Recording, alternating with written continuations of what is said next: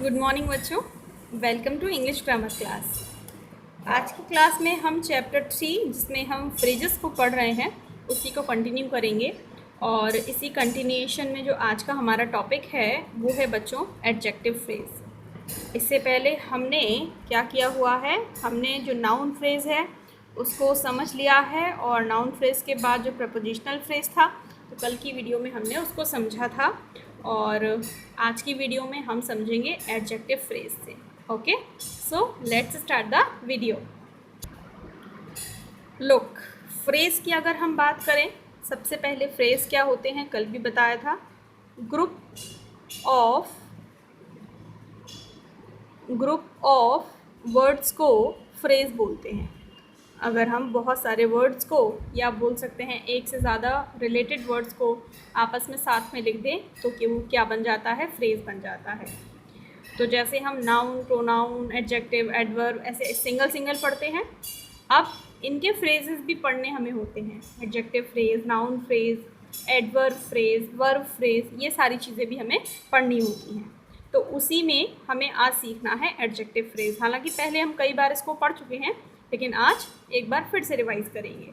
देखिए, आप जानते हैं एडजेक्टिव क्या होते हैं।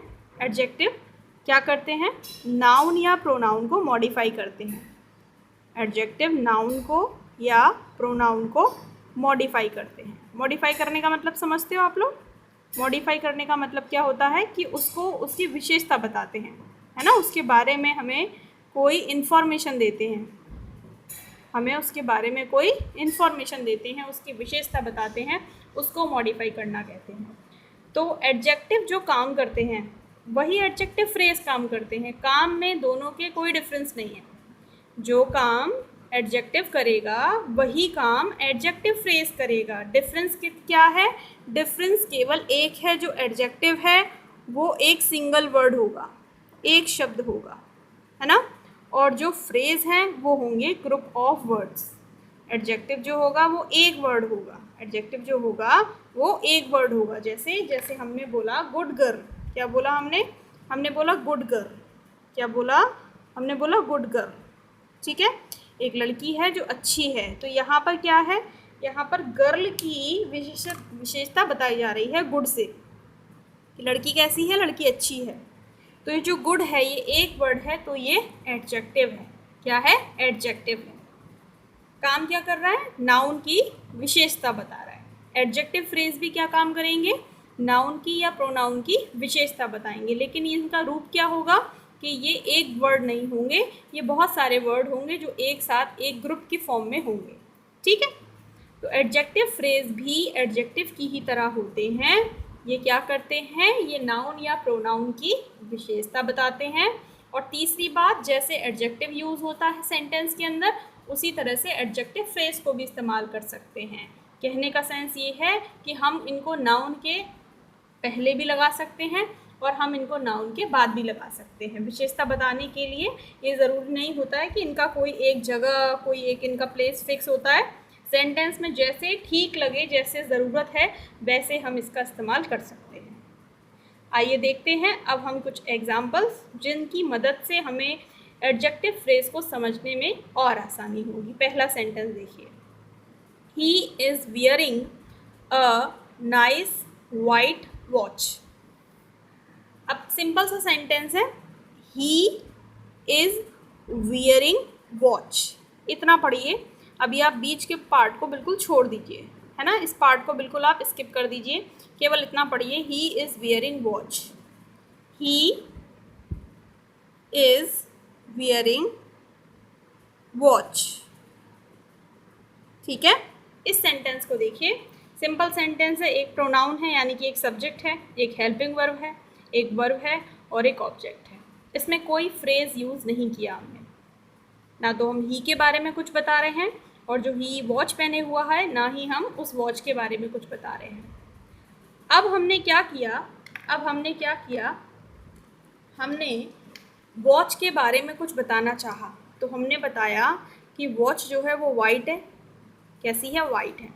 तो अगर हम इतना लिख दें, he is wearing white watch, क्या लिख दें? He is wearing white watch, इतना लिख दें। तो अब क्या हुआ, वॉच के बारे में हमें एक बात पता चली कि वॉच जो है वो वाइट है, यानी कि सफ़ेद है। तो हमें एक इन्फॉर्मेशन मिली, कितने वर्ड यूज़ किए, एक वर्ड यूज़ किया। जब एक इन्फॉर्मेशन मिली, एक वर्ड यूज़ किया, इसका मतलब हमने यहाँ पर एडजेक्टिव यूज़ किया। अब हमने क्या किया, हमने वाइट से पहले नाइस भी लगा दिया और ए भी लगा दिया, यानी कि हमने 3 वर्ड लगा दिए और 3 वर्ड का एक ग्रुप लगा दिया, है ना। अब ये सेंटेंस बन गया, he is wearing a nice white watch. He is wearing a nice white watch. तो वॉच के बारे में अब हमको ये पता लग रहा है कि वॉच जो है वो वाइट भी है, नाइस भी है और एक है ना। तो यहाँ पर अब आपको इन्फॉर्मेशन थोड़ी सी ज़्यादा मिल रही है। जो फ्रेज़ देगा इन्फॉर्मेशन, जाहिर सी बात है वो ज़्यादा देगा क्योंकि उसमें ज़्यादा वर्ड्स हैं, और जो एडजेक्टिव देगा वो थोड़ी सी कम देगा क्योंकि उसमें कम वर्ड्स हैं। तो यहाँ पर अब ये जो ए नाइस वाइट है, ये क्या है, ये एक एडजेक्टिव फ्रेज़ है। और ये फ्रेज़ क्या कर रहा है, ये इस नाउन को, वॉच नाउन है, इस नाउन को मॉडिफाई कर रहा है। क्या कर रहा है, ये इस नाउन को मॉडिफाई कर रहा है। इतनी बात समझ में आई आपको। अब ये ए नाइस वॉच वाइट जो है ये एक एडजेक्टिव फ्रेज़ है और जो वॉच को मॉडिफाई कर रहा है। दो चीज़ों को मॉडिफाई कर सकता था, या तो ही को या तो वॉच को, क्योंकि नाउन या प्रोनाउन में से ही किसी को मॉडिफाई करेंगे हम। तो यहाँ पर वॉच को मॉडिफाई कर रहा है, तो अ नाइस वाइट जो है वो एक एडजेक्टिव फ्रेज़ है। Got it. चलिए नेक्स्ट सेंटेंस पर चलते हैं। The girl with black here is dancing. Simple sentence है, द गर्ल इज़ डांसिंग है, ऐसा है द गर्ल इज़ डांसिंग। अब हमने क्या किया, द गर्ल इज़ डांसिंग में गर्ल के बारे में हमने कुछ जोड़ा, हमने एक एडिशनल इन्फॉर्मेशन दी कि कौन सी लड़की नाच रही है, जिसके काले बाल हैं, विद ब्लैक हेयर, जिसके काले बाल हैं वो लड़की डांस कर रही है। तो गर्ल के बारे में हमें इन्फॉर्मेशन मिली कि कौन सी लड़की है, ऐसी लड़की है जिसके काले बाल हैं। तो ये जो फ्रेज़ बना ये किससे स्टार्ट हो रहा है, ये प्रपोजिशन से स्टार्ट हो रहा है। तो ये होना तो चाहिए प्रपोजिशनल फ्रेज़, क्योंकि प्रपोजिशन से स्टार्ट हो रहा है और प्रपोजिशन का एक ऑब्जेक्ट भी है जो हमने कल पढ़ा था, और एक मॉडिफायर भी है, और एक मॉडिफायर भी है। तीनों चीज़ें हैं, प्रपोजिशन भी है, मॉडिफायर भी है, ऑब्जेक्ट भी है।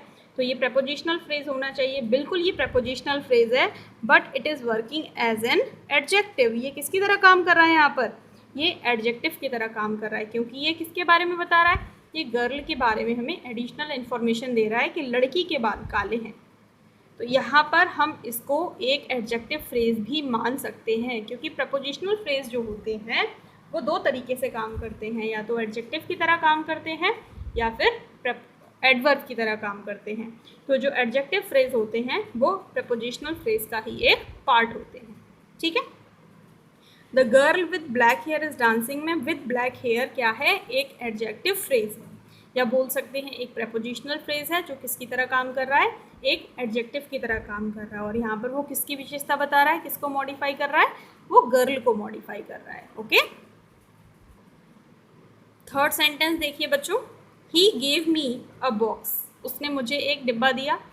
यहाँ पर बात ख़त्म हो जाती है कि उसने मुझे एक बॉक्स दिया। ना तो मुझे उसके बारे में कोई और जानकारी है, ना ही मुझे बॉक्स के बारे में कोई और जानकारी है। अब मुझे बॉक्स के बारे में कुछ एडिशनल इन्फॉर्मेशन चाहिए, तो मैंने कुछ और जोड़ दिया। मैंने जोड़ दिया फुल ऑफ चॉकलेट्स। बॉक्स के बारे में अब मुझे कुछ पता चला कि बॉक्स जो है वो पूरा का पूरा किससे, चॉकलेट से भरा हुआ है। ये बॉक्स के बारे में मैंने कुछ एडिशनल इन्फॉर्मेशन इसमें जोड़ दी है। He gave me a box full of chocolates. तो यहाँ पर बच्चों जो बॉक्स हुआ वो हुआ नाउन, और जो फुल ऑफ चॉकलेट्स हुआ वो हुआ एडजेक्टिव फ्रेज़। क्या हुआ, एडजेक्टिव फ्रेज़। तो ये एडजेक्टिव फ्रेज़ किसको मॉडिफाई कर रहा है, बॉक्स को मॉडिफाई कर रहा है। ठीक है। स्टार्ट किसी से भी हो सकता है, प्रपोजिशन से भी स्टार्ट हो सकता है, आर्टिकल से भी स्टार्ट हो सकता है, और ऐसे किसी एडजेक्टिव से भी स्टार्ट हो सकता है ना। अगला सेंटेंस देखिए, a boy from Shimla won the race. एक लड़का जिसने रेस जीत ली वो कहाँ से था, फ्रॉम शिमला, वो शिमला से था। इसको इस तरीके से लिखा गया है कि ऐसा लग रहा है कि लड़के के बारे में हमें एडिशनल इन्फॉर्मेशन दे रहा है, फ्रॉम शिमला, फ्रॉम शिमला। तो ये स्टार्ट किससे हो रहा है, ये प्रपोजिशन से स्टार्ट हो रहा है। ये क्या है, ये ऑब्जेक्ट है ना। तो ये क्या लग रहा है आपको? ये एक प्रपोजिशनल फ्रेज लग रहा है, लेकिन ये किसकी तरह काम कर रहा है? ये एक एडजेक्टिव की तरह काम कर रहा है, क्योंकि ये लड़के के बारे में हमें बता रहा है। लड़का क्या है यहाँ पर? लड़का जो है वो यहाँ पर नाउन है। तो ये है प्रपोजिशनल फ्रेज, क्योंकि प्रपोजिशन से स्टार्ट हो रहा है। बट ये किसकी तरह काम कर रहा है? ये एडजेक्टिव की तरह काम कर रहा है। तो फ्रॉम शिमला क्या है? एक एडजेक्टिव फ्रेज भी है। ठीक है, नेक्स्ट देखिए, आई मेट अ मर्चेंट, मैं एक मर्चेंट यानी कि व्यापारी से मिला। Having lots of wealth, having lots of wealth, तो मैं एक मर्चेंट से मिला। अब मुझे मर्चेंट के बारे में कुछ पता लग रहा है। क्या पता लग रहा है? Having lots of wealth, having lots of wealth, यानी कि उस मर्चेंट के पास क्या था? बहुत सारा धन था। ये मर्चेंट के बारे में एडिशनल इन्फॉर्मेशन है कि having lots of wealth, merchant के बारे में ये एडिशनल इन्फॉर्मेशन है। तो ये क्या है? ये एक एडजेक्टिव फ्रेज है। क्या है ये? ये एक एडजेक्टिव फ्रेज है जो स्टार्ट किससे हो रहा है? हैविंग से हो रहा है। हैव में आईएनजी लगी हुई है, हैविंग से हो रहा है, मतलब ये एक पार्टिसिपल से स्टार्ट हो रहा है। किससे स्टार्ट हो रहा है? पार्टिसिपल से स्टार्ट हो रहा है। तो आप देख रहे हो एडजेक्टिव फ्रेज जो है ना वो कितना मतलब विस्तृत है, अगर हम बात करें समझने के लिए, क्योंकि एडजेक्टिव फ्रेज एडजेक्टिव से भी स्टार्ट हो पा रहा है, एक आर्टिकल से भी यूज स्टार्ट हो रहा है, प्रपोजिशन से भी स्टार्ट हो रहा है, और यहाँ पर पार्टिसिपल से भी स्टार्ट हो रहा है। लेकिन काम क्या है? काम एक ही है, नाउन या प्रोनाउन की विशेषता बताना। तो हैविंग लॉट्स ऑफ वेल्थ से हमें पता चल रहा है कि मर्चेंट के बारे में हमें कुछ एडिशनल इन्फॉर्मेशन मिल रही है। ठीक है, नेक्स्ट देखिए, the dog covered in mud is mine, कुत्ता जो कि मिट्टी में कवर है यानी कि मिट्टी से लिपटा हुआ है, ये वो मेरा है। तो कोई कुत्ता है वो मेरा है, मैंने उसके बारे में बताया कि वो वाला कुत्ता मेरा है जो मड से कवर्ड है ना, जो मड से कवर्ड है। अब यहाँ देखिए डॉग के बारे में हमें एडिशनल इन्फॉर्मेशन मिल रही है कि कौन सा कुत्ता? Covered in mud. अब ये भी एक एडजेक्टिव फ्रेज है। क्या है? ये एडजेक्टिव फ्रेज है, क्योंकि हमें डॉग के बारे में एडिशनल इन्फॉर्मेशन दे रहा है। लेकिन ये स्टार्ट किससे हो रहा है? ये पास्ट पार्टिसिपल से स्टार्ट हो रहा है।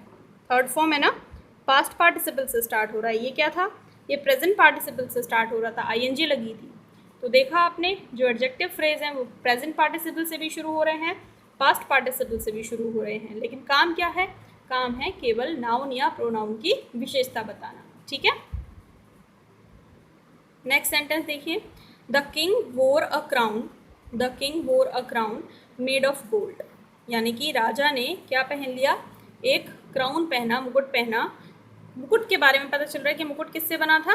मुकुट गोल्ड से बना था। किससे बना था? गोल्ड से बना था। तो जो मेड ऑफ गोल्ड है वो एक एडजेक्टिव फ्रेज है, वो एक एडजेक्टिव फ्रेज है जो किससे स्टार्ट हो रहा है?